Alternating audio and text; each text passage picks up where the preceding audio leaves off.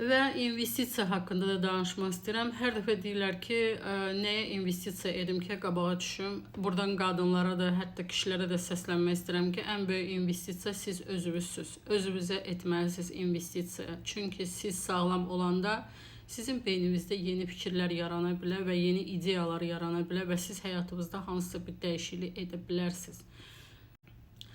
Yaxşı gəliriniz varsa, mütləq özünüzə sərmayə qoyun. Çünki siz hər şeyin başlanğıcısınız. Yəni siz hər bir şeyi siz bacarırsınız. Əgər sizdə hansısa problemlər olsa sağlamlıqla, hansısa bir belə deyə enerjiniz aşağı düşürsə və nələrisə dərdini çəkirsinizsə və siz nələrisə əldə edə bilmirsinizsə, bunlar hamısı sizə təsir edəcək.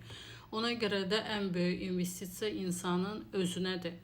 Özünə, yenə də özünə oxumaq, dəyişmək, nələrisə əldə etmək, bacarmaq, məşqlərə getmək, düzgün qidalanmaq, sağlam olmaq. Yəni bunları hamısını yerinə yetirəndə siz mütləq irəli gedə bilərsiniz.